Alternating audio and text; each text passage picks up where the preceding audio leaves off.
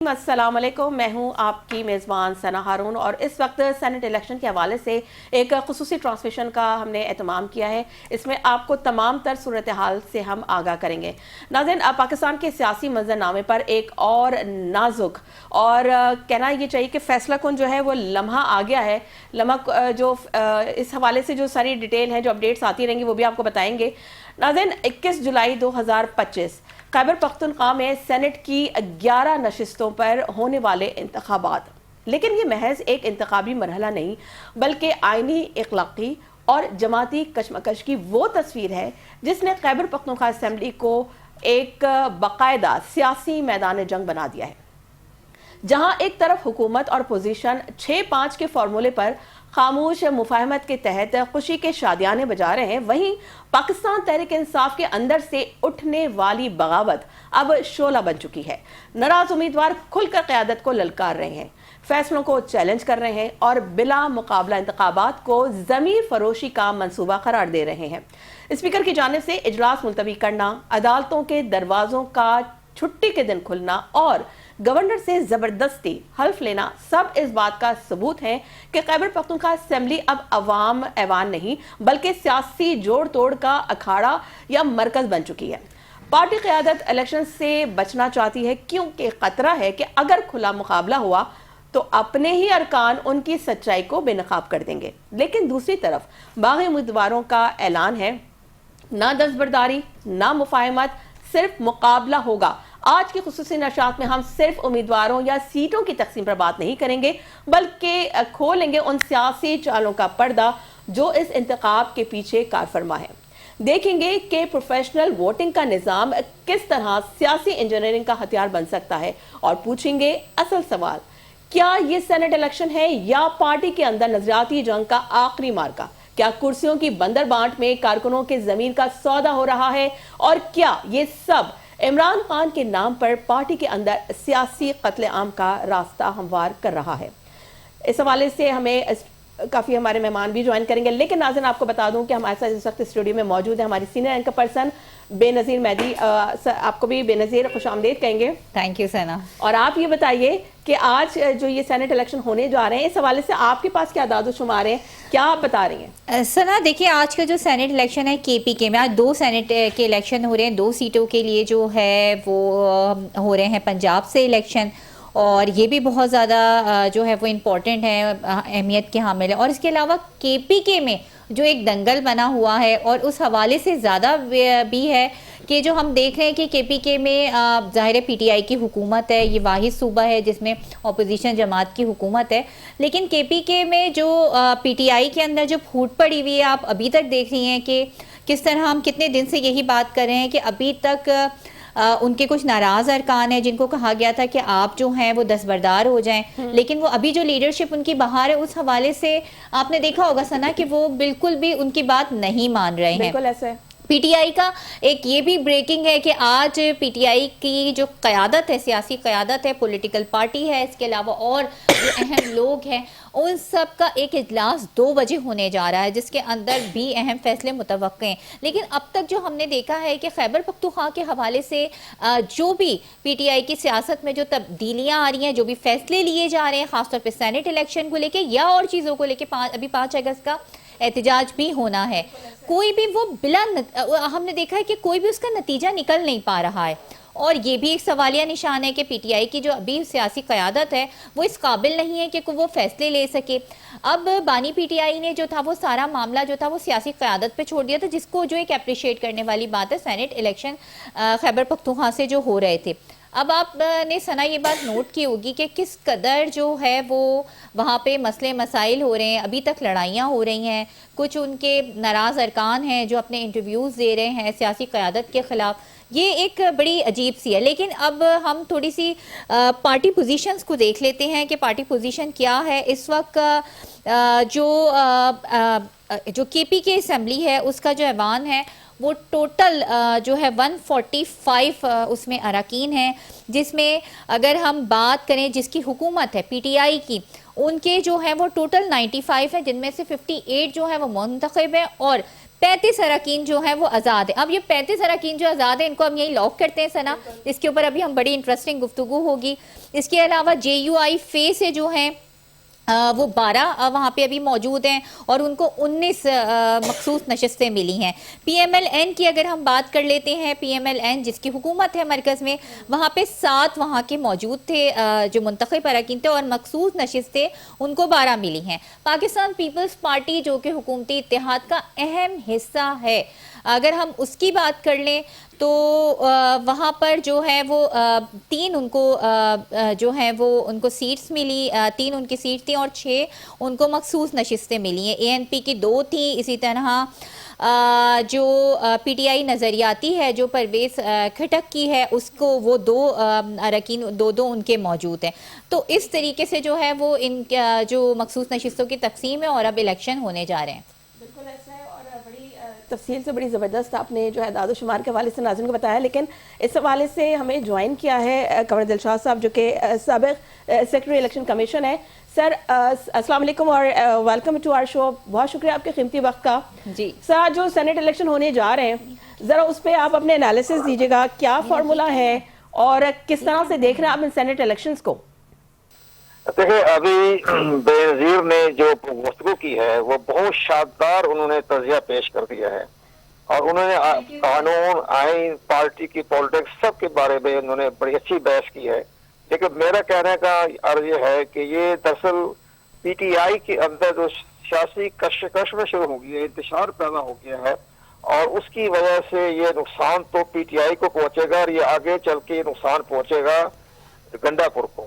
مجھے آئندہ چند ہفتوں میں مجھے گنڈا پور وزیر اعلیٰ نظر نہیں آ رہے.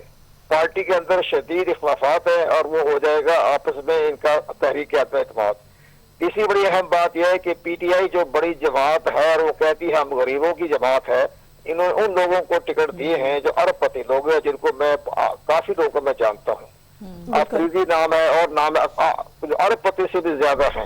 جو اصلی جو پارٹی کے جو غریب کارکن ہیں ان کو انہوں نے ٹکٹ نہیں دیے, جس کی بنا پر ناراضگی ہو گئی, اور ناراض گروپ جو ہے انہوں نے حکومتی فارمولے کو مسترد کر دیا.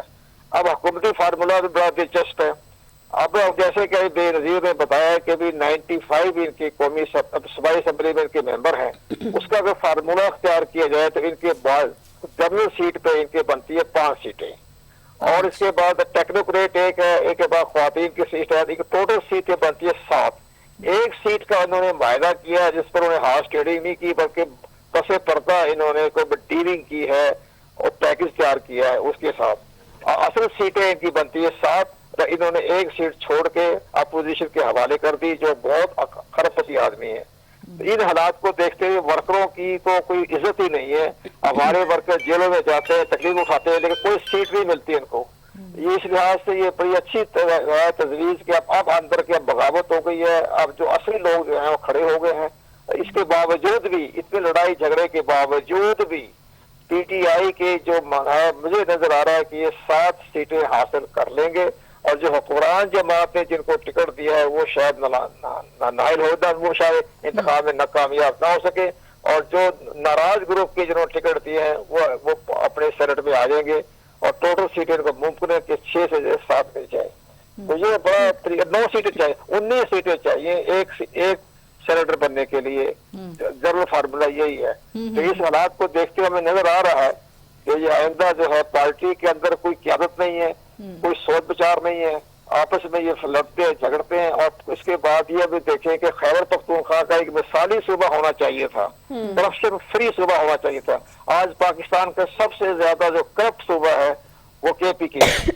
تو اس لحاظ سے لوگوں کے اندر بڑی مایوسی پھیلی ہوئی ہے. دیکھتے رہیے, اور یہ عمران خان وہ جیل میں ہے, اس کو تو کوئی سوچ بچار اس کے پاس تو ہے ہی نہیں, نہ اس کے پاس ملاقات لوگ کرتے ہیں, باہر نکل کے اس کے الٹ بس باتیں کرتے ہیں. تو اگر وہ باہر ہوتا یا اس کو رسائی حاصل ہوتی, لوگوں سے ملاقات کرنی ہوتی, موقع سے ملنے کی ہوتی, یہ نوبت نہ آتی. چونکہ وہ اندر ہے, نظر جیل میں ہے, تو اس کی سوچ بچار جو ہے اب باہر نہیں آ رہی. جس کی بنا پہ یہ جو ناراض گروپ سمجھ لیں یا قرآن گروپ جو ہے وہ فائدہ اٹھا رہا ہے عوام کی ہمدردی کا اور عمران خان کا نام لے کر.